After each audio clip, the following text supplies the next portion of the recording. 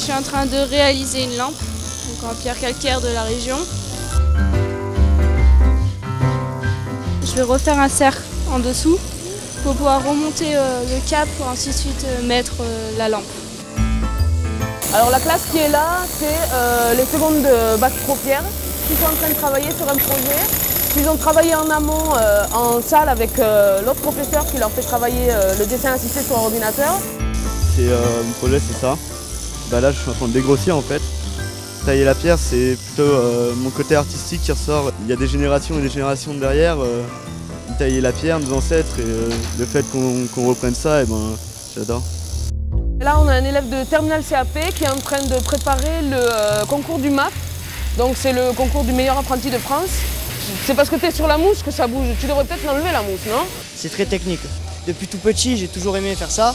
Il y a de la recherche, de la création et on en découvre toujours, quoi. Alors moi, je vais vous dire franchement, l'art, ça ne m'intéresse pas. Moi, quand on me dit « tu es un artiste », je dis non, je sais travailler. Des moments, on ne sait pas pourquoi, on n'y arrive pas. Et c'est dans ces moments où il faut savoir dire « c'est pas grave », identifier la situation, en tirer une leçon, quoi. Pour moi, c'est pas un métier, c'est comme une passion.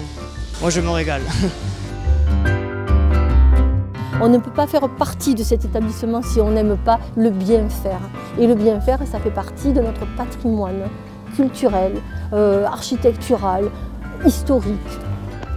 La ferronnerie, c'est aussi une des sections des métiers d'art pour laquelle nous avons des offres d'emploi régulièrement.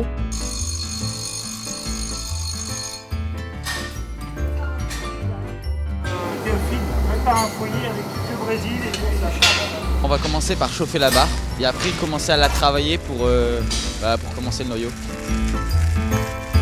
J'avais vu des ferronniers faire leur travail et ça m'avait beaucoup plu, donc je me suis orienté dans ça et ça me plaît beaucoup. Alors là, je vais commencer à croquer. Ça veut dire en fait, on met à quelques millimètres du bord et on va le faire en angle droit. C'est pas que manuel parce qu'on doit aussi apprendre à faire les plans, à lire les plans. Donc c'est tout ça en même temps, donc c'est très intéressant. Puis après, on commence à l'arrondir pour obtenir une courbe. Là, ça va. Et après, quand ça sera bien chaud, il faudra tirer